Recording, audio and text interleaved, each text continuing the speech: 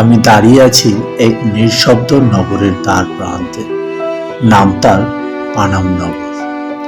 এক সময় এখানে ছিল আলো, ছিল মানুষের কোলাহল, ছিল সুখ দুঃখের অজস্র গল্প।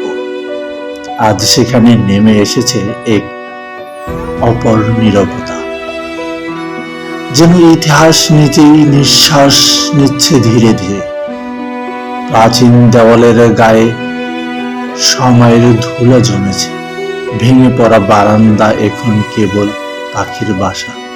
অথচ কোনো এক সময় এই পথ দিয়ে হেঁটে যেত রথে চড়া জমিদার, পালকিতে বসে যেত নবাব জাতিরা। এই নগর জানে সময় কেমন করে ইতিহাস হয়ে ওঠে। আজ আমি তারই পায়ের নিচে হাঁটব, একটুখানি ইতিহাস ছুঁয়ে দেখব।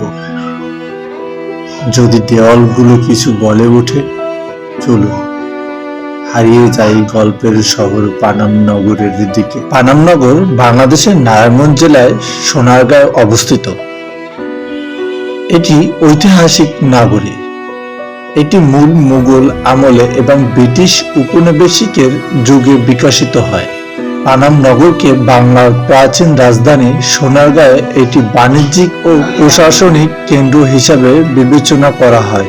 আজ এখানেই থাক, অন্য এক ভিডিওতে এর মূল ইতিহাস তুলে ধরার চেষ্টা করব এবং অন্যান্য স্পটেরও ভিডিও নিয়ে আসব।